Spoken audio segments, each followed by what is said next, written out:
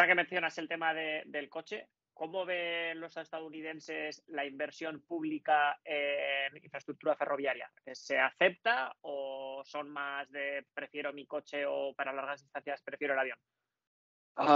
Es una cultura muy fuerte que gira en torno al coche.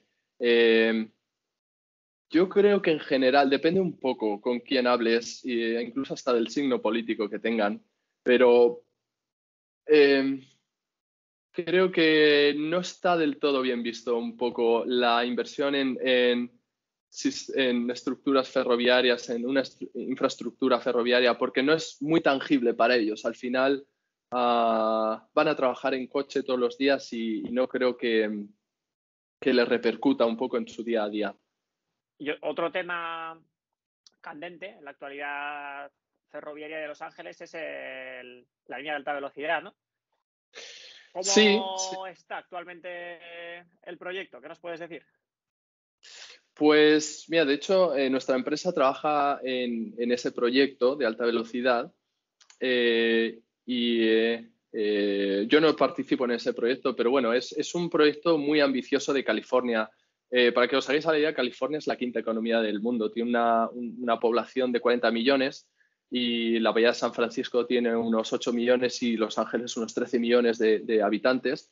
Y el trayecto entre ambos es de unas 6 horas en coche, o más o menos podría ser una hora de vuelo en viaje, lo cual es una distancia perfecta. Vendría siendo más o menos un Madrid-Barcelona. Madrid-Barcelona. Y sí, lo cual, pues igual en 2 horas y media, 2 horas y cuarto, pues sí, tienen la intención de conectar esas dos ciudades, ¿no? La idea parece fantástica, una alternativa muy buena al avión, menos contaminación. Lo que pasa es que existen varios problemas.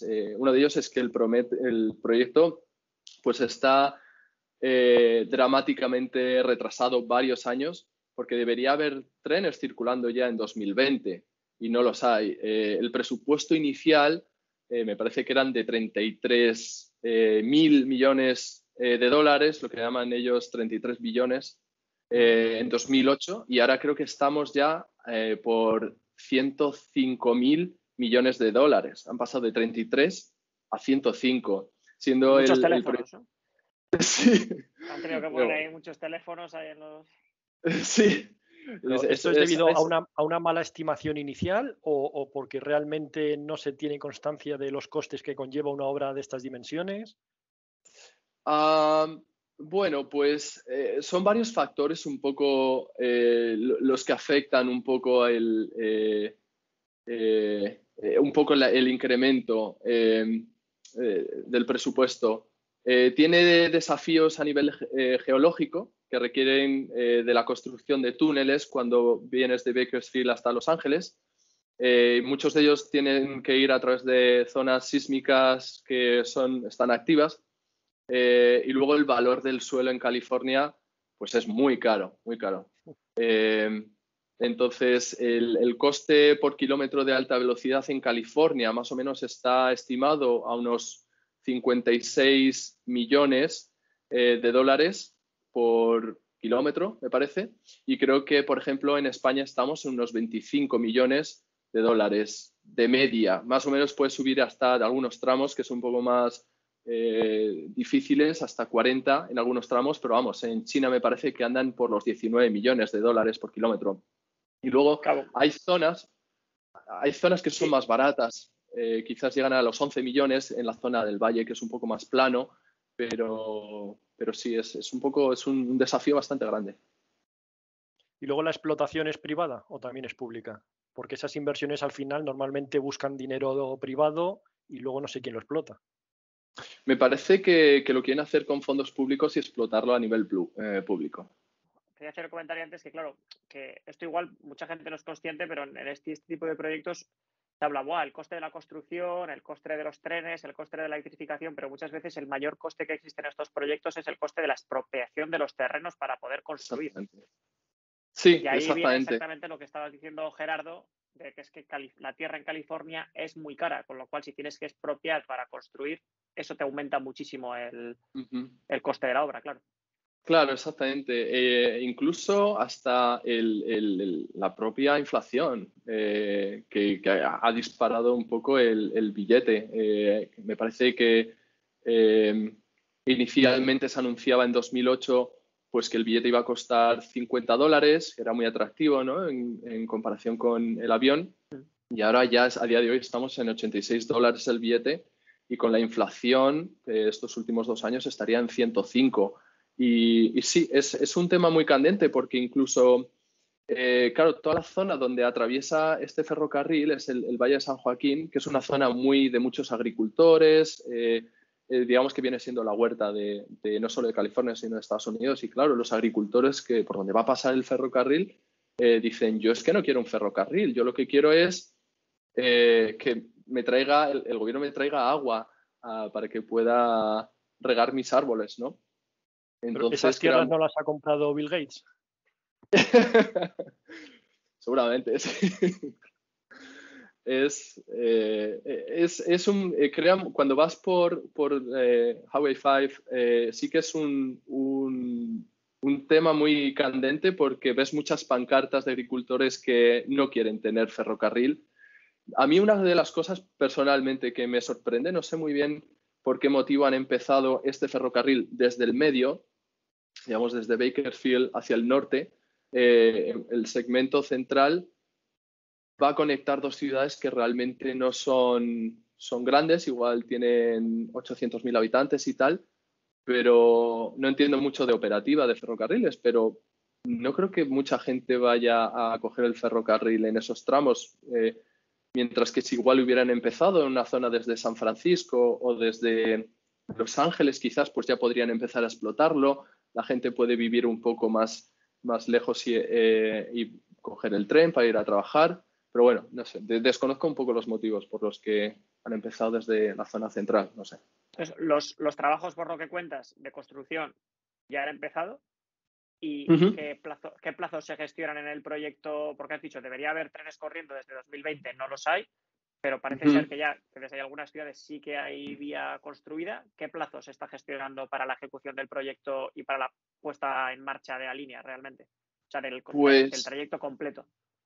um,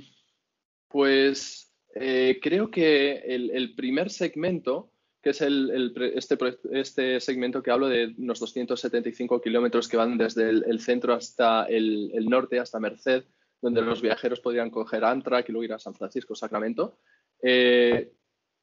debería estar finalizado a finales de esta década. Simplemente es el segmento central que todavía no conecta con San Francisco y no conecta con Los Ángeles. Es el primer segmento. El segundo segmento que conectaría la parte norte con San Francisco, pues no se le ha puesto ni siquiera fecha de finalización. Y luego el tercer segmento que conectaría Bakersfield con Los Ángeles y Anaheim, pues tampoco tiene fecha de finalización. E incluso se habla hasta de conectar San Diego, pero vamos, se han escuchado rumores que podría acabarse el primer segmento en 2033. La verdad que tarda bastante. Es parecido a casi como la Sagrada Familia, que lo llaman aquí, la Sagrada Familia de California.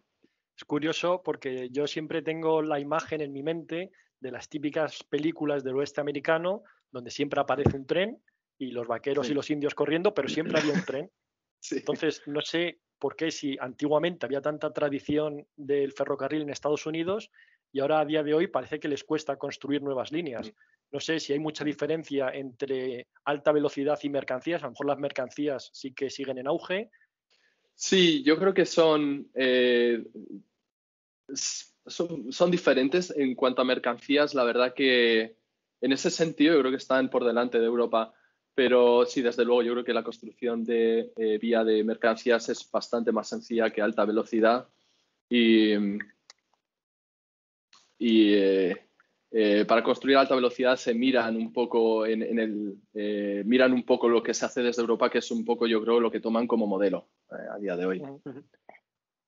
Y volviendo un poco a esto de la costumbre ferroviaria, antes en el siglo XX, a principios del siglo XX, se supone que Los Ángeles tenía una de las mejores redes de transporte público en su área metropolitana. Sin embargo, ahora ha caído mucho la calidad.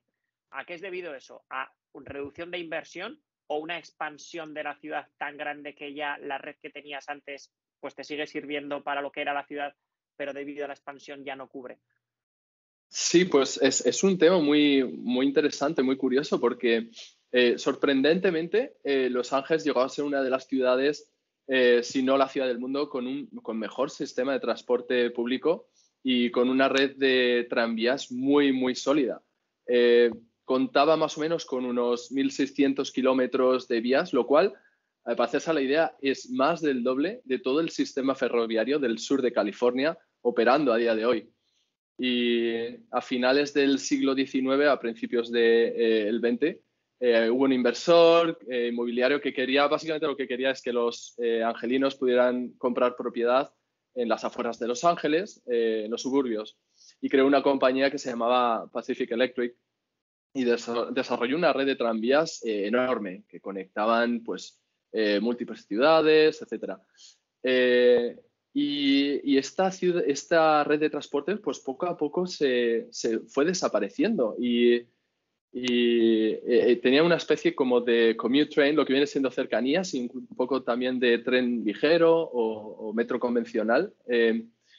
Y el sistema colapsó a principios del siglo. Existen un poco varias teorías, un poco de cómo, de por qué colapsó. Existen unas que son más conspiradoras, otras menos. ¿Cuáles queréis escuchar? ¿Las conspiradoras? Conspiradoras. Conspiradoras.